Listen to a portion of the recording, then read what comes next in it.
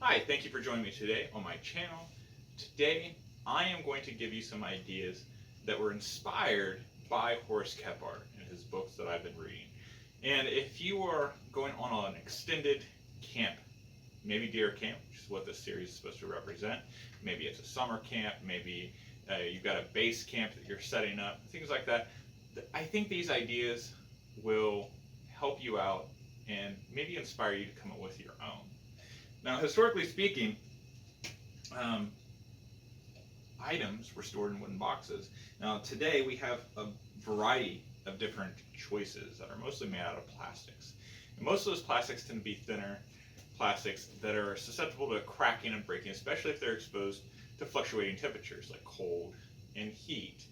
So the ideas that I'm going to share with you aren't really going to be as suitable to those situations. You certainly could, but long-term wise, I don't think it's going to hold up quite as well, especially if it is going to be exposed to those fluctuating temperatures. But historically, we still always had to carry the same stuff. We had a box like our tote for maybe our personal items or maybe for some of our dry goods.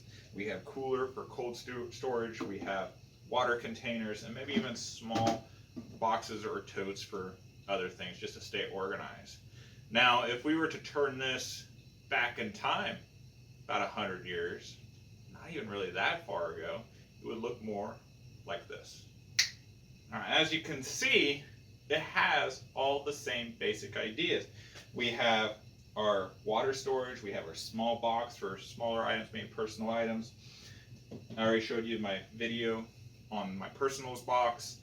And down below, this box is an old toolbox, but it has a hasp on the front of it, which makes it really nice for food storage. That way animals don't get into it, things like that. But the idea that I want to propose to you today is how to use things around you and adapt them so that they work for you just a little bit harder. Storage is storage. You throw stuff in there, you move it, right? But if we try to think about the multiple use, like what Horace Kephart suggested in his book, then we can get really creative and we can then use these things to suit our needs more and in some circumstances even better than what they did to begin with. Make our life a lot easier. To that end, I'm going to talk to you about these two boxes here. Now, these are just some old apple crates. They were given to me by someone who's getting out of Civil War reenacting. But I find these things on Facebook all the time. They're pretty cheap. They're not usually free, but if you know somebody who has an old barn, maybe they've got some stuff laying around. Maybe you have some stuff in your basement that you use. But reusing old things like this and adapting them to your purposes, it could be pretty feasible and, again, make your life a little bit easier. All right, so Horace Kephart, he suggested when you take packing boxes, put a couple boards inside the packing boxes. That way you can later use them for shelves. And you can use the boxes for hanging cupboards, or you can tilt them upright and make them tables, things like that. So that idea of multi-use is really handy. And I have a bunch of camping equipment, and when I go, I like to be somewhat organized. I hate having to root around for things all the time, and then when you get to a camp out, you forget, like, I left that back at home. So what I did is I took this old crate, and I'm going to flip it around so you can see. I adapted the crate slightly for the items that I wanted inside. Now, in my video earlier about the personals box, if you're making a personals box, I really suggest you kind of doing the opposite. That you get your items all together and then you build your box to suit your needs that way. But if you have boxes already laying around, then doing the opposite comes into play.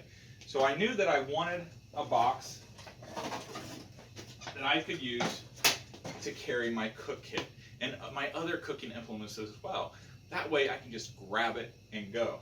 So for this, I like to set my boxes like so when I'm at camp. That way it does act more like a tabletop or shelf. And then I can adjust my cook kit and I can put it in like so. And then up here is a little bit larger. So then I can put my longer implements, like my spatula. Now for smaller things like knives and spoons, I would suggest you put them in a poke sack or a bag. That way they don't leak out the top with these gaps. But if you are just storing it for gear, having those gaps isn't a problem. I don't tend to keep these boxes out in the broad open. I have a fly that I keep over them to keep my stuff dry. I like to keep my stuff dry. But if you are going to leave it out in the elements, having an enclosed box like one of these is certainly encouraged, especially for food. But if you're storing canned goods that aren't as susceptible to the weather, then storing them in here is perfectly fine. Okay, so I have my shelf, so I can put my longer implements. I have this, so I can put maybe my cups or other canned goods. And my shelf is removable. This isn't permanent. What's nice about that is now I have this open box that I can use it for something else, or maybe I can adjust it a little bit differently. So I would suggest if you do this, try to think of versatility, and if you were a kid of the 80s, maybe 90s, think Transformer. Okay, how are you going to be able to use this and transform it for a bunch of different uses?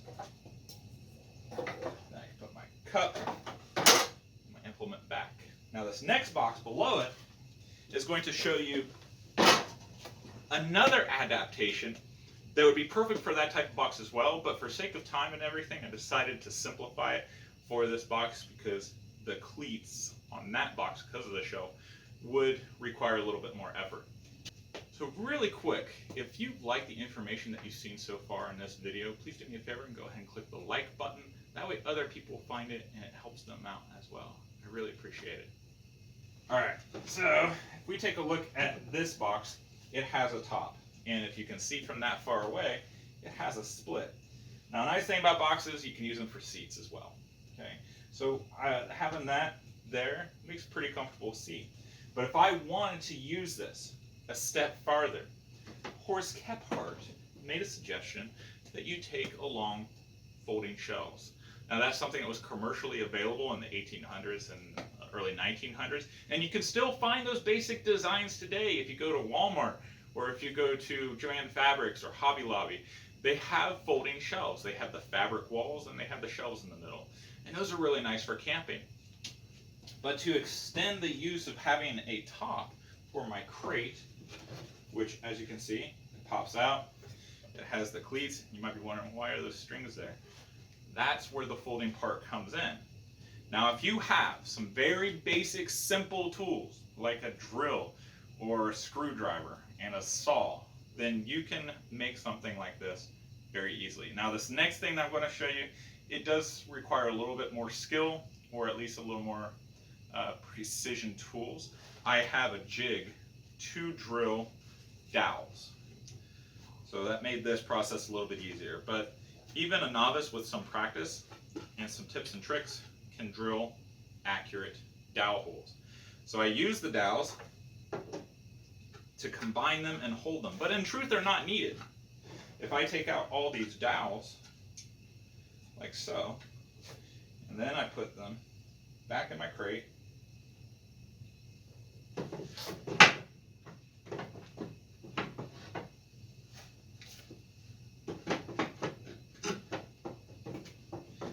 all it does is prevent it from shifting up and down and side to side.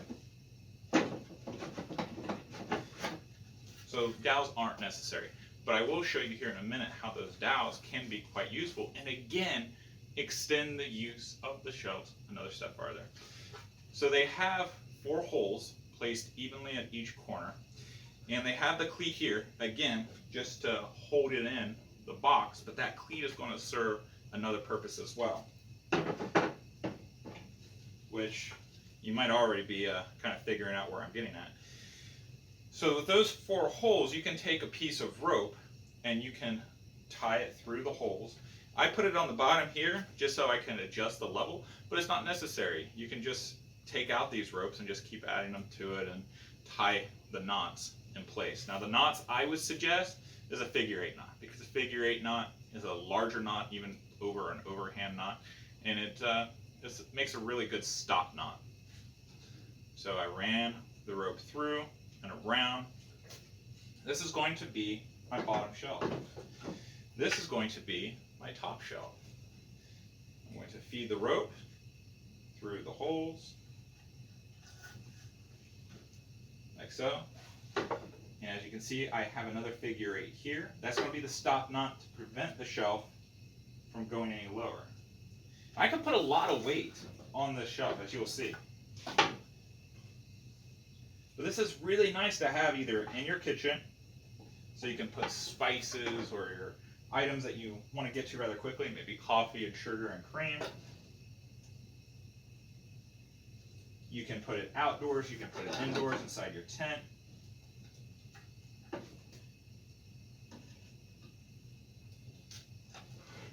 Okay, so now you see I have my folding shelves right there.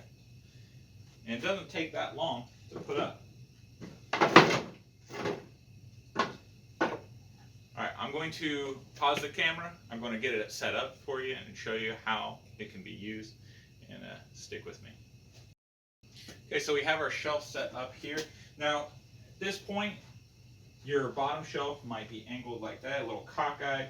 So for that, all you have to do is just feed it and adjust it. And this shelf is really nice to adjust in that way. This one takes a little bit more orientation because it's more reliable on your back ropes and forward ropes. It requires a little bit more care, but really it's not that big of a deal. Okay, so if this was my pantry box and I had it carried full of food and these were the lids for it, so now I can empty out the box and put that up here so we have easy access. So we have our coffee, sugar, cream, 4-pound bottle of ketchup maybe, a couple cans,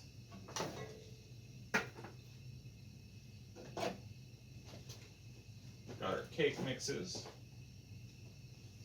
What about our spices? Let's put our spices here. And the nice thing is, because of the cleats on the back, it acts as a backstop. You can't forget Tabasco sauce. Okay, so that's a basic idea for a pantry, but even beyond that, you can use it for your personal items. Like, I wanted to put my camp stove there, or anything else, maybe a sharpening stone or whatever that you have that you want ready access to, you can put it up there and it holds it just fine. Now, I told you earlier about the pegs, so if I were to take my pegs, or even if you don't want to use a peg to join them together, if you drill holes in them and then you either take pegs with you, put them in a baggie or something, have them in there to use, or you can whittle some pegs, stick those in there, like so. Now we have a place to hang some things.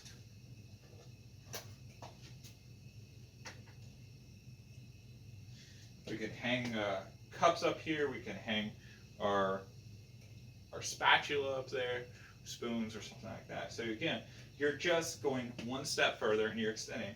And you might be seeing that the shelf is tilting here because of the weight, so you may have to adjust it a little bit.